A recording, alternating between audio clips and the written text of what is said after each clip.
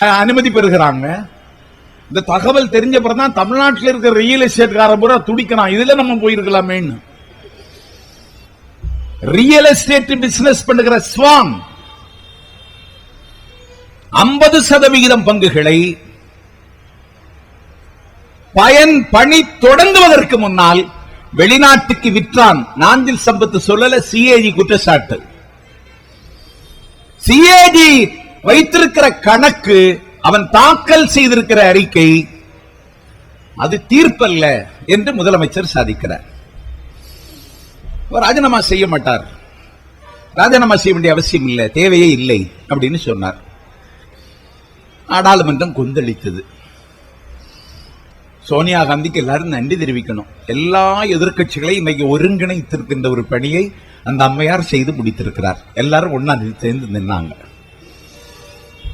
21 நாளா நாடாளுமன்றம் நடக்கல. நாடாளுமன்ற கூட்டுக்குழு விசாரணைக்கு வேணும்னு கேட்டோம், ஒத்துக்கிட முடியாதுன்னு இன்னைக்கும் காங்கிரஸ் சொல்லிட்டு இருக்கு. பொதுக்கணக்கு குழு போதாதா அப்படின்னு கேட்கிறார் பிரணாப் முகர்ஜி. பொதுக்கணக்கு குழு எதுக்கு போதும்? நான் பத்திரிகையாளர்கள் வந்திருக்கிற காரணத்தினால சொல்லுகிறேன். சஞ்சய் காந்தி காங்கிரஸையும் இந்தியாவையும் ஆட்டி படைத்த அந்த காலத்தில் மலேசியாவில் இருந்து ஆயில் இறக்குமதி செய்வதற்கு ஒரு கம்பெனி வந்தது. அதுக்கு பேர் Guo oil company.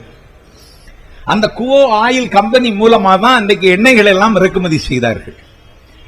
World market, உலக சந்தையில எண்ணெயின் விலை குறைந்த பொழுதும் அந்த குவோ ஆயில் நிறுவனம் எண்ணெயின் விலையை இந்தியாவில் குறைச்சு விற்கல. இப்படி விற்பனை இதுல சஞ்சய் காந்தியின் தலையீடு இருந்தது. அன்னைக்கு லாஸ், பெட்ரோலியத்துறைக்கு ஏற்பட்ட இழப்பு 9 கோடி. இது நாடாளுமன்றத்திலே பிரச்சனையாக கிளப்பப்பட்டது. நாடாளுமன்றத்தில் பிரச்சனையாக கிளப்பப்பட்டு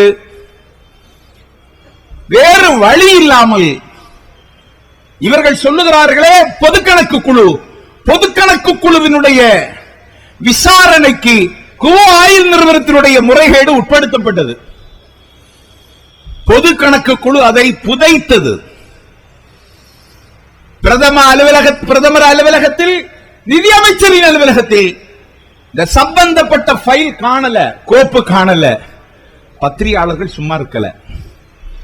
இன்னும் நாங்க உங்களை நம்பிட்டு தான் இருக்கோம். பத்திரிகையாளர்களும் ஊடகத்துறையினரும் சேர்ந்து துருவி ஆராய்ந்து அந்த குவோ ஆயில் நிறுவனத்தில் 9 கோடி ரூபாய் இழப்பிற்கு காரணமான குற்றவாளிகளை அன்றைக்கு பத்திரிகையாளர்கள் உலகம்தான் அம்பலப்படுத்தியது.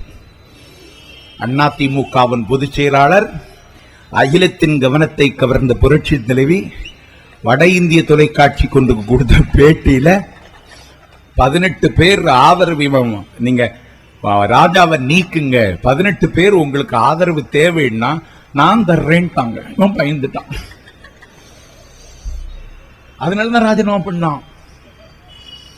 18 பேர் ஆதரவு உங்கள்கிட்ட எங்க இருக்கு? எங்கிட்ட 12 இருக்கு. 6 பேர் தான். நாங்க தான் டெல்லியில பயங்கர செல்வாக்கு. வைகோக்கு புத்தக வெளியிட்டு போற சவுதாலாங்கிறான், கூதாலாங்கிறான், யாரெல்லாமோ வந்து நிக்கிறான். நாங்க 18 பேர் ஆதரவு நாங்க தர்றோம். ஒரே நாளில் இமயத்தில் இருந்து குமரி வரைக்கும் ஒரு ஷாக் ட்ரீட்மெண்ட், ஒரு அதிர்வலைகளை அதிமுகவின் பொதுச் செயலாளர் உருவாக்கியதற்கு பிறகு இந்த பிரச்சனை உலகத்தின் கவனத்திற்கு இன்றைக்கு போனது. ஆப்போசிஷன் பார்ட்டி இதைத்தான் செய்யும். இது அரசியலுக்காக செய்கிறாங்க. அரசியலுக்காகத்தான் செய்யறோம். எங்களுக்கு வேற என்ன வேலை? நாங்க என்ன டிவியா தொடங்க போறோம்? நாங்க என்ன விமானமா வாங்க போறோம்? பத்திரிகையா நடத்த போறோம்? நாங்க அரசியல் தான் செய்ய போறோம். இதுல எங்கேயாவது ஒரு நூக்கன் கார்னர்ல ஏதாவது தவறு நடக்கும்னா கண்டுபிடிச்சு சொல்ல வேண்டிய பொறுப்பு எங்களுக்கு, எதிர்கட்சிக்கு இருக்கு.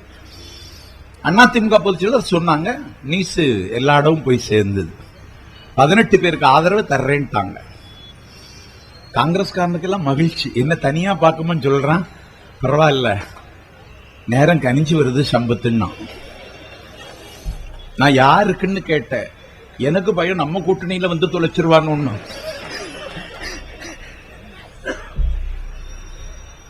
அவனுக்கு விருப்பம் இல்ல. திமுக காரன் கருப்பு சிவப்பு வேட்டி கட்டிட்டு கம்பீரமா எங்கேயாவது போறதை இப்ப பாக்குறீங்களா? தளபதினு சொல்லி ஸ்டாலின் பேலுக்கு படத்தை விட்டுட்டு கார்ல படப்படப்படன்னு போறப்ப எங்கேயாவது பார்க்க முடியுதா? இல்ல.